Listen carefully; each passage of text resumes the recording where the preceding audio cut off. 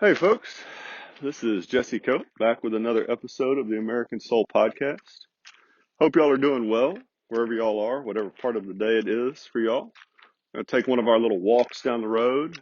We have one lone puppy dog today, and no birds, no wife, no children, and everybody's just gone. We had a full crowd, it felt like last time, but not so much this time. That's all right. Maybe they'll come out. All right, so we spent a little time with John Adams last podcast, and we're going to, one of the things he talked about, the reason I bring that up at all is because one of his quotes that we talked about last time was, if we don't find more virtue in us as a people, it won't matter who our rulers are. It won't even matter the form of government. We won't have any lasting liberty. And so today, what I'd like to read through a little bit, for those of y'all that have been with the podcast for a little while now, you know that one of the resources that I really promote is the Patriots Bible. Um, every single family, absolutely, I would recommend to have at least one copy of this. It definitely should be in every classroom in the country. And I can back that up with Fisher Ames, the guy that actually wrote the First Amendment, folks, saying that that ought to be the textbook in classrooms, right? And he's not the only one. That's just the one that comes to the top of my head right now. So, you know, you can listen to MSNBC and CNN and the left all you want in every single possible way. You can have somebody say, oh, but the Supreme Court made the, separation of church and state. Well, that was wrong. That was a horrific mistake. They weren't right. It doesn't matter how many law degrees they had. And they were either grossly ignorant or malevolent, folks. Those are your two choices. You pick whichever one you want. There's no excuse for separation of church and state of America. None. Our founders explicitly designed the nation based on the teachings of Christ. Does not mean you have to be a Christian to be American. Absolutely not. 100%. Our founders were very clear on that as well. The faith is up to each man, each woman on your own. That's between you and God. However, regardless of if you choose to have faith in Jesus Christ as your Lord and Savior, as the Son of God, if we don't follow his principles, as Thomas Jefferson said, and there's nowhere better to find them than in his discourses in the Bible, if we don't follow those principles, it's game over. And we see that today. We see it in our marriages. We see it in our families. We see it in our communities, see it in our military, our institutions, and our nation as a whole. So, Patriots Bible, there's a little section in there on our Great Awakenings. And I want to read a little bit from that and talk about this and how important it is, because we're ignoring this today drastically, honestly. So we'll go through, if I can get there. Bear with me. I'm sorry. So this is from the Patriots Bible by Dr. Lee. One of the little insets there. When Jonathan Edwards began preaching in Northampton, Massachusetts in 1734, the moral conditions were at an extreme low, as was prevalent throughout most of the American colonies.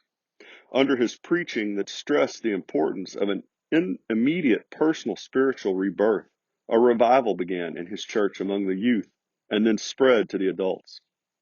Edwards wrote that in the spring and summer following Anno 735, the town seemed to be so full of the presence of God, it never was so full of love, nor of joy, and yet so full of distress as it was then.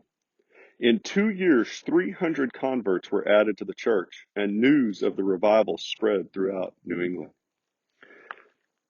We'll talk a little bit about more today, folks, but there was a revival before the Revolution. In the decades leading up to it, there was a revival in America before the Civil War and the decades leading up to it, folks.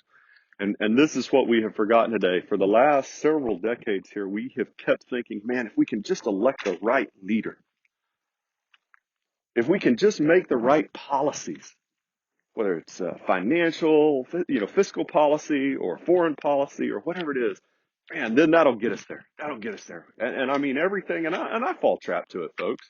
It would be real nice to have a balanced budget amendment, and it would be real nice to have flat tax or a fair tax, and it would be really nice just to have a couple politicians in Washington, D.C. that actually cared about people, the Americans. It would be great. But what has to precede that, and what does historically every time, is an awakening of spiritual need in us as a people. We have to have Jesus Christ. And we can't do anything otherwise, folks. You go back to that quote by John Adams: if we can't find more virtue, then it doesn't matter what we do at the ballot box. It doesn't matter who we elect, right?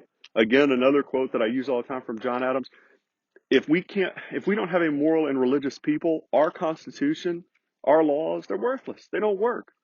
I think his quote was something along the lines of, it would be like a whale breaking through a fishing net. And there's multiple others, folks. If we don't start to make some radical changes, here's the deal. COVID, last 3 years, right? So many times, and you know this, in conversation, y'all have heard this, people talk about, man, I just want to get back to normal. When are we going to get back to normal? How long is it going to take to get back to normal? Folks, normal is exactly what got us in this mess to begin with. Normal is why we're where we are. Normal is what let us spend hours on end watching sports and giving zero time, relatively speaking, to our spouses and our children. Normal is what let us do whatever we want sexually outside of marriage and then pretend that that was going to have no effect on our marriages. Normal is what lets us turn our kids in front of a TV screen and not pay any attention to what's actually on the TV screen, and then expect them not to pick up the values that are destroying our country. Normal is what says, if you really don't like each other after a while, you just go ahead and get a no-fault divorce. No harm. Nobody's, it's fine. Nothing's going to happen. It's not going to cause any problems. Folks, and that's just a few things just right off the top of my head.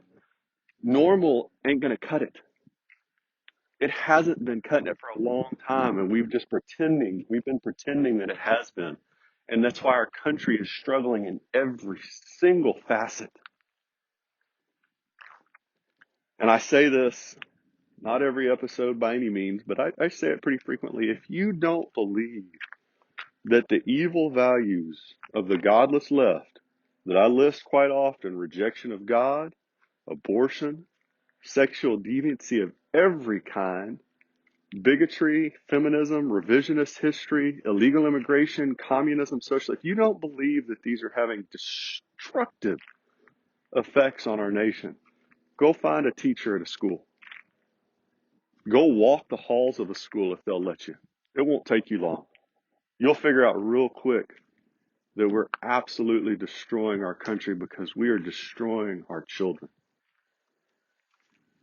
Folks, they're in pain. A lot of them, you can't even tell it. They look great on paper, grades are good, achieving athletically, and yet they have no idea whether mom and dad really care about them at all. They have no idea if they're worth anything outside of their academic or athletic achievement. And those are the ones that look good on paper, folks. That's not talking about the absolute disasters that we see, because their home life is an absolute disaster, because we want to pretend, we want to get back to normal. Just leave me alone. I mean, I can't tell you. Some of y'all are probably turning it off right now. That's okay, folks. I'm all right with that. I cannot tell you how many times people get tired of listening to me. And yes, I know my voice. Yeah, but I think it has more to do with that. It's because just leave me alone. Man, I don't want to talk about it. I don't like that. That's uncomfortable. That conversation's no fun. Just just leave me alone. Let me go back to watching my movie.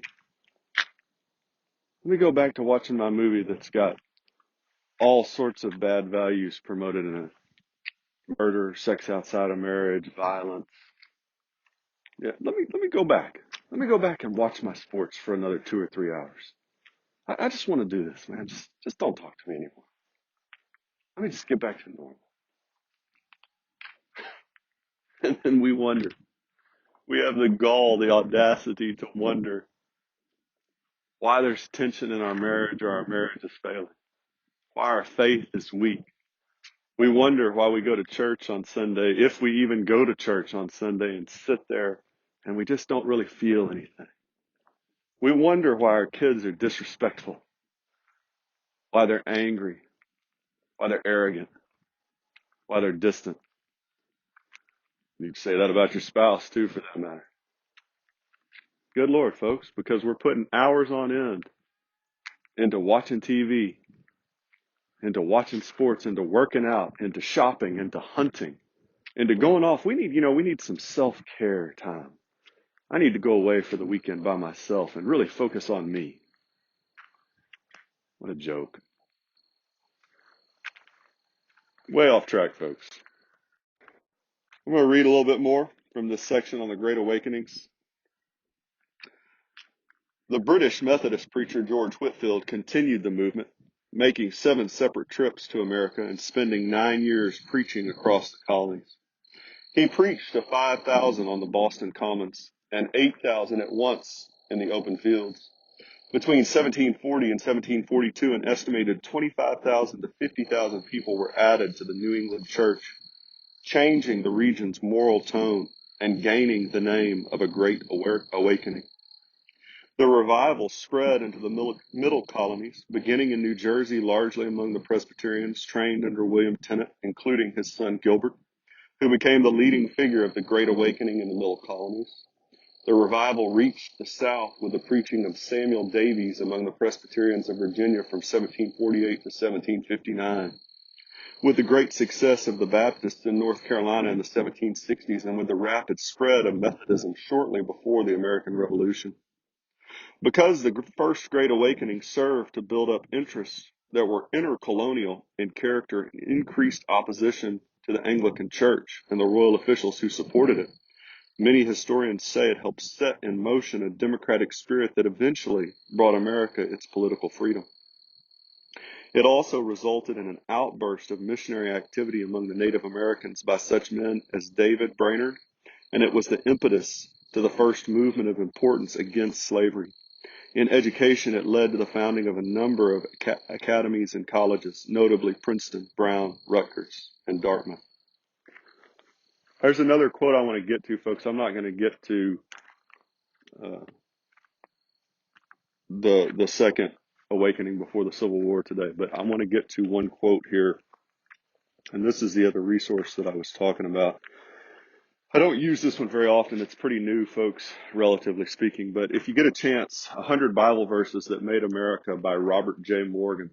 It does a pretty good job of going even well before the founding, all the way back to Columbus. And it just picks 100 different examples and talks about how those Bible verses and those men and women affected the creation of America and the Christian spirit, the Christian faith that really built America. And obviously it shows, just like the Patriot Bible and the other resources that I've talked to y'all about, it shows just what a lie separation of church and state was, and how much our success as a nation is directly tied to our reliance on God as individuals in a country. And so one of my favorite sermons, and I'm not well versed on these at all, folks. There's probably some others that are really good out there. I know there are, and I just haven't run across them yet. It's just too much information. But there's a sermon by Mayhew, 1750, I want to say. And I just want to read a little bit from it. And he's talking about whether we have a responsibility as Christians to follow an immoral or an evil government. Romans 13 urges the duty of obedience from this topic of argument that civil rulers, as they are supposed to fulfill the pleasure of God, are the ordinance of God.